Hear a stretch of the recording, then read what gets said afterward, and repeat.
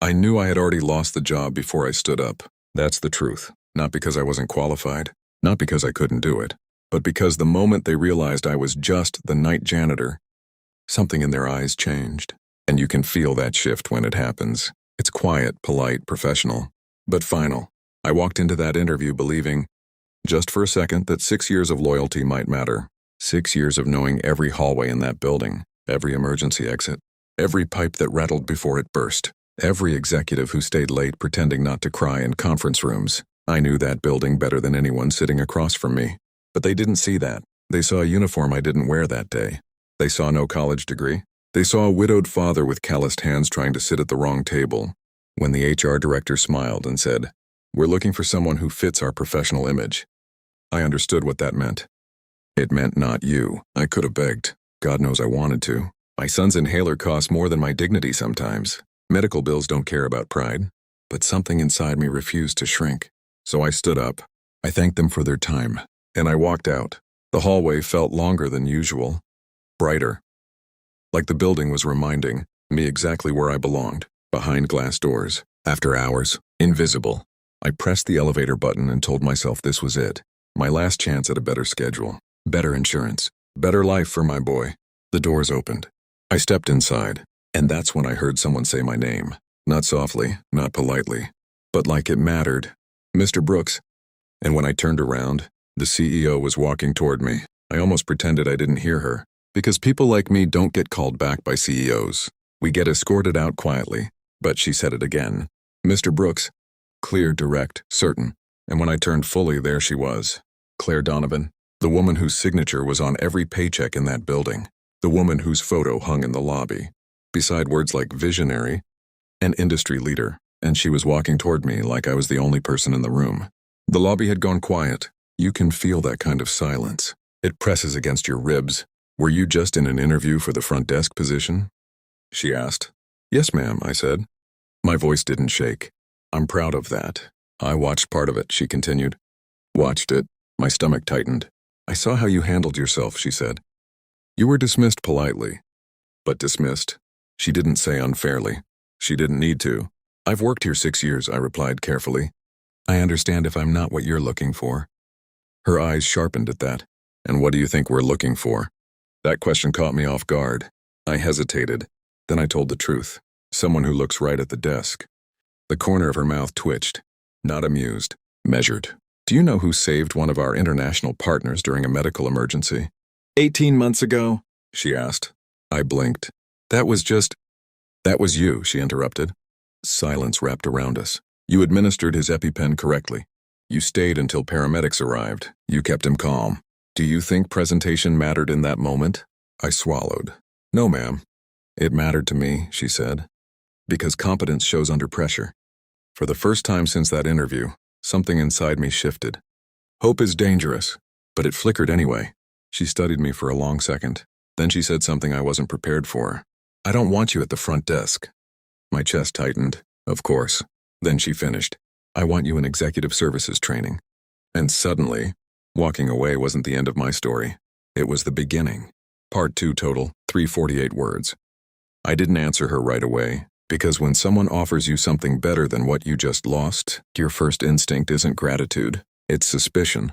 "Executive services?" I repeated. That program was for people with MBAs, for polished resumes, for the kind of candidates who didn't iron their only suit the night before. She held my gaze steadily. 6 months, rotational training, leadership track. The lobby lights hummed above us. My heart was louder. "I don't have a degree," I said. "I'm aware. I've never done corporate strategy." "I'm aware of that too." Her tone wasn't defensive. It was calm, decided. "Why?" I finally asked. That was the real question. Why risk your reputation on someone like me? She folded her hands in front of her. "Because I watched you choose dignity over desperation," she said. "People who beg for positions don't usually lead well. People who walk away with self-respect, they're different." Something tight in my chest loosened. No one had ever described me that way. "I have a son," I admitted quietly. "He's the reason I applied. I need the benefits. The schedule." She nodded once. "I know." That stopped me cold. "I review healthcare summaries for our operational staff," she continued. "I've seen your name. I know what you've been paying out of pocket. Embarrassment flared, then anger, then something softer. She had noticed. "I'm not offering charity," she added firmly. "You'll be evaluated constantly. People will question whether you belong. Some will hope you fail." That part I believed. "You'll have to work harder than everyone else." I almost smiled at that. I already do. For the first time, she smiled back. And in that moment, I realized something terrifying. This wasn't a rescue. It was a test. "Monday, 8 a.m., she said. "Through the front entrance." Then she walked away, and I stood there knowing my life had just tilted into something bigger than I was ready for. But I was going to step into it anyway, because this time, the door hadn't closed. Monday morning felt like walking into someone else's life. I stood outside the front entrance of Donovan Industries with my reflection staring back at me through the glass. Same building, different door. For 6 years, I'd used the service entrance. Head down, badge scanned, invisible. Today I had to walk in like I belonged. My palms were sweating, not from fear of failure, from fear of being exposed. What if they realized Claire Donovan made a mistake? What if I realized it? I adjusted my tie, the only decent one I owned, and stepped inside. The lobby was bright, busy, loud. Daytime loud. People in tailored suits moved with easy confidence, coffee cups in hand, talking about markets and projections like oxygen. No one recognized me. That hurt more than I expected. 6 years of keeping their building running, and I was just another stranger in a cheap suit. The elevator ride to the 14th floor felt longer than any night shift I'd worked. When the doors opened, 5 people were already seated in the conference room. Polished, composed, comfortable. I recognized them from the email list. Jessica, MBA, consulting background. Thomas, legacy hire, family ties to the company. Rachel, former military officer. David and Allison, degrees I couldn't pronounce without feeling small. They looked up when I walked in. There's a particular pause people give you when they're recalibrating, when your presence doesn't match the picture they expected. "Ethan Brooks," I said, extending my hand first. "Own the space," I told myself. Thomas shook my hand. "Good to meet you." His smile was polite, measured, evaluating. I sat down. My notebook, drugstore brand, felt embarrassingly thin next to their leather-bound planners. And that's when it hit me. I didn't just need to learn new skills. I needed to unlearn the voice in my head that kept whispering, "You're not one of them." The program director walked in sharp at 8. Margaret Foster, silver hair, no-nonsense eyes. She scanned us like inventory. "You're here because someone believes you have potential," she said. "Now you'll prove whether that belief was misplaced." Her gaze lingered on me half a second longer than the others. I felt it. They all did. And in that moment I understood something. I wasn't just competing against them. I was representing every person who'd ever been told they didn't look right for the room. No pressure, just my entire identity on the line. Introduction started simple. Too simple. Name, background, what you bring to the table. Jessica went first. MBA, strategy consulting, global exposure. She spoke like she'd been trained for boardrooms since birth. Rachel followed. Military leadership, crisis command, operational discipline. Her confidence filled the room without trying. Thomas mentioned his family's history with the company, but framed it like he was trying to outrun it. David and Allison spoke in polished, efficient sentences about integration models and regulatory strategy. Then it was my turn. 5 faces turned toward me, waiting, measuring. I could have softened it, repackaged it, but something in me refused to start this journey with half-truths. "I've worked in facilities maintenance here for 6 years, I said evenly. Night shift. Silence. Not cruel, just recalculating. I held their eyes anyway. I've managed emergencies, coordinated with departments during crises, trained new staff. I understand this building's operations from the ground up. Thomas leaned back slightly. "Facilities," he repeated. Not mocking, but surprised. "Yes," I said. I didn't say janitor. I didn't need to. Margaret watched us carefully. "Continue, Mr. Brooks." I swallowed. "I'm here because I've spent 6 years watching decisions get made about operations without input from the people actually running them. I want to bridge that gap." There. It was out. Not defensive. Not apologetic. Just true. Jessica tilted her head. "That's a unique perspective," she said. I couldn't tell if that was admiration or concern. Maybe both. During the first break, the others gathered near the coffee table. I hesitated. Old instinct. Stay back, don't intrude. But isolation would confirm what they were already thinking. So I stepped forward. Thomas looked at me directly. "So how did you get selected?" There it was. The real question. How did someone like you end up here? The CEO intervened, I said calmly. Eyebrows lifted. Personally? Jessica asked. Yes. That shifted the air again. Now I wasn't just the outsider. I was the outsider under a spotlight. And suddenly the pressure doubled. Because if I failed, it wouldn't just prove I didn't belong. It would prove she was wrong to believe I did. The first real test came faster than I expected. Case study analysis. Team exercise. Real problem. Real presentation. Margaret divided us into pairs. I ended up with Thomas. Of course I did. He carried himself like someone who'd never doubted his right to lead a room. Confident posture, clean logic, expensive watch. We sat across from each other in a smaller conference room. The case was about a manufacturing facility struggling with declining efficiency. Thomas skimmed the data quickly. Classic supply chain bottleneck, he said. We recommend lean optimization, cost restructuring, and performance incentives. He said it like he'd already solved it. I kept reading. Something didn't sit right. Have they visited the facility? I asked. Thomas glanced up. The case doesn't mention that. Exactly. He frowned slightly. The numbers are clear. Numbers don't tell you why, I replied quietly. He studied me for a second. Okay, what do you see? That question mattered more than he realized. Not dismissal. Curiosity. I leaned forward.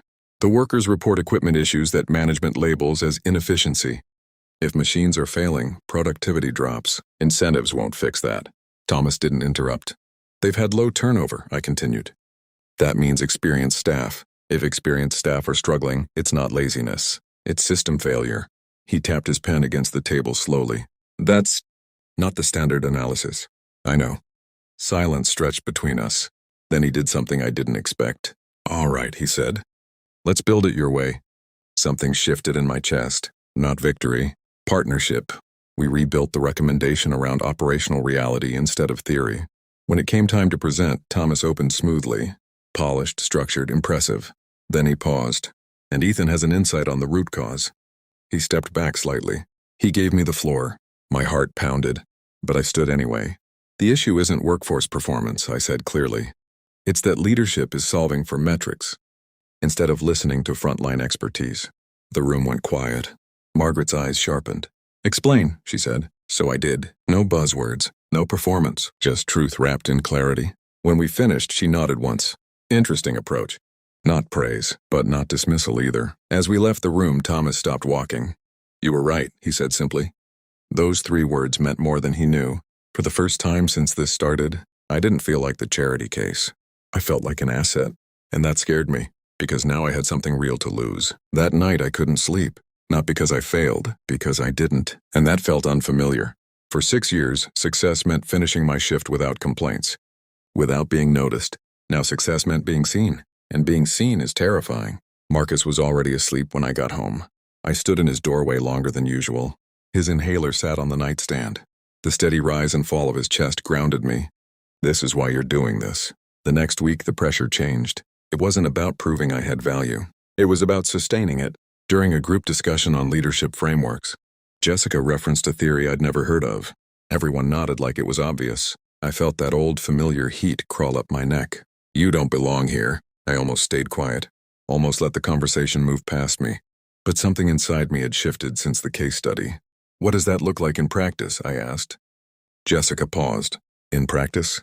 Yes, on the ground. There was a beat of silence. Then Rachel jumped in. That's actually a good question. Jessica hesitated. Well, implementation varies.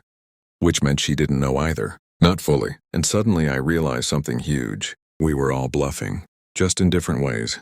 Thomas leaned back in his chair. Honestly, he admitted, half the time I reference frameworks because I think I'm supposed to. Laughter broke the tension, even mine. And in that moment, the hierarchy cracked. We weren't experts competing. We were learners pretending to be. After the session, Rachel caught up with me in the hallway. You push in a different way, she said. I frowned. Is that good or bad? It's honest, she replied. You ask what everyone else is thinking but doesn't want to admit. That stuck with me. Honest, not polished, not refined. Honest. Later that afternoon, Margaret called me into her office. My stomach tightened. You're still holding back, she said. I blinked. I participated. You waited to be invited to, she corrected. She leaned forward slightly. Leadership isn't waiting for permission to contribute. It's stepping forward because you understand the stakes. I swallowed. I don't want to overstep. You already earned your seat, she said calmly. The only person questioning that now is you. That hit harder than any critique, because she was right. I wasn't fighting them anymore. I was fighting myself, and if I didn't win that battle, none of this would matter. The second rotation nearly broke me. Strategy and acquisitions, numbers, forecasts, valuations, rooms where conversations moved so fast they felt like another language. I spent the first 2 days nodding more than speaking, not because I agreed, because I was translating in real time. During one meeting, Catherine, the team lead, projected a financial model estimating returns from acquiring a mid-sized logistics company. Integration costs are minimal, she concluded. We streamline operations within 6 months. Everyone nodded. I felt it again, that tug in my gut. Something was off. Stay quiet, the old voice whispered. You don't understand enough to challenge this. But Marcus's face flashed in my mind. You're good at figuring things out, Dad. I cleared my throat. What happens to their frontline supervisors, I asked. Catherine glanced at me. Excuse me? If we streamline operations, are we replacing their management systems? Because that affects retention. Ryan, one of the analysts, frowned. Retention is factored in at industry averages. Industry averages assume stable transition, I replied. But if their supervisors feel replaced, morale drops. Productivity dips before it rises. Silence. Not hostile. Thinking silence. Catherine studied the model again. We didn't account for cultural friction during integration. She admitted slowly. Exactly, I said. Efficiency doesn't survive resentment. The room shifted. Not dramatically, but enough. After the meeting, Catherine stopped me in the hallway. You think tactically, she said. Operationally. I braced for criticism. That's not a weakness, she added. It's grounding. My shoulders relaxed. I don't always know the financial terms, I admitted. You can learn terms, she said bluntly. Perspective is harder to teach. That sentence stayed with me all week. Perspective is harder to teach. By Friday, I wasn't just listening. I was contributing. Not perfectly, not fluently, but confidently. And that confidence scared me. Because the more useful I became, the more I feared slipping. At home that night, Marcus handed me a drawing. It was our apartment building, but taller, with a big window at the top. That's your new office one day, he said proudly. I laughed. You think so? I know so, he replied. I looked at that drawing longer than I expected, because for the first time, I didn't immediately think it was impossible, and that realization changed something inside me. The capstone project announcement felt like a punch to the chest. Margaret didn't soften it. You'll lead your own initiative, she said. Not assist, lead. Lead. That word carried weight. Until now, I'd been the bridge, the translator, the support system. Now I had to stand in front. The company has struggled for years with frontline engagement, she continued. Design a program that captures operational insight from facilities, security reception, and makes leadership actually act on it. My throat went dry. She was asking me to fix the very thing that had once made me invisible. If I failed, it wouldn't just be professional. It would be personal. That night, I went back to the building after midnight, not through the front door, through the service entrance. The break room smelled the same. Coffee, cleaning chemicals, fatigue. Carlos looked up in surprise. Brooks, you slumming it with us again? I smiled. I need your help. I explained the project. The silence that followed wasn't disbelief. It was caution. You think they'll listen this time? Maria asked. I didn't answer right away. Because honesty matters. I think they will if I build it right, I said finally. But I can't build it without you. Carlos leaned back in his chair. You're not one of them, he said quietly. Not really. That shouldn't have meant so much.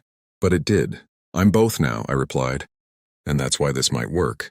Over the next few weeks, I built something simple. Transparent submission channels, mandatory response timelines, public tracking, no suggestion boxes that swallowed ideas whole, real accountability. When the first facilities insight led to an actual policy change, something shifted, not just in the system, in me. Because I wasn't fighting for recognition anymore, I was building it for others. The executive presentation loomed closer. 30 minutes to defend 6 months of growth. 30 minutes to prove Claire Donovan hadn't misjudged me. The night before, Marcus found me practicing in the mirror. You look serious, he said. I am. He crossed his arms thoughtfully. Are you scared?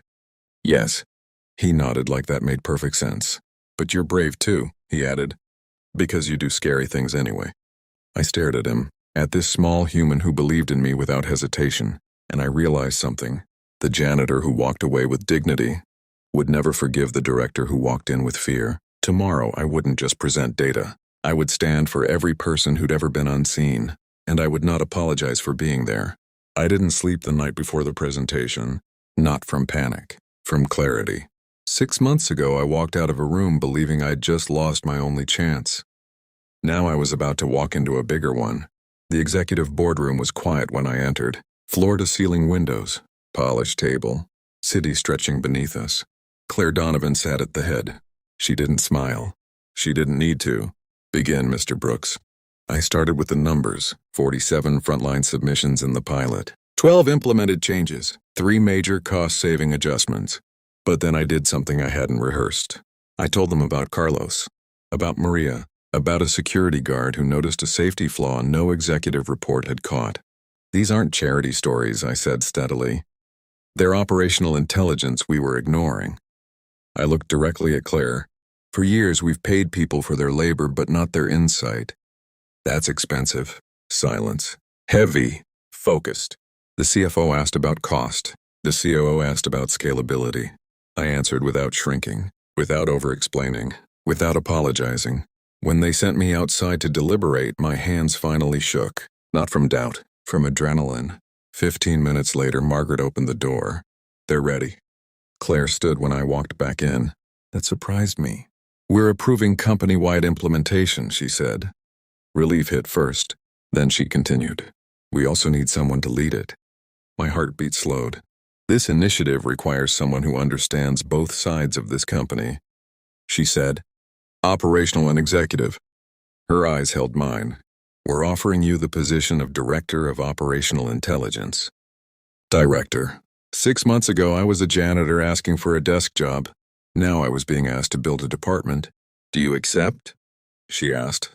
I thought about Marcus, about inhalers and overdue bills, about dignity. Yes, I said, I do. That evening, I didn't celebrate alone. I went back to the basement break room. Coffee, donuts, same smell. Director Brooks, Carlos teased. Don't start, I laughed. Then I told them the real reason I was there. I'm hiring, I said. And I need people who know how this place actually works. For the first time in my life, I wasn't trying to prove I belonged in the room. I was holding the door open. And this time, no one would be invisible if I could help it.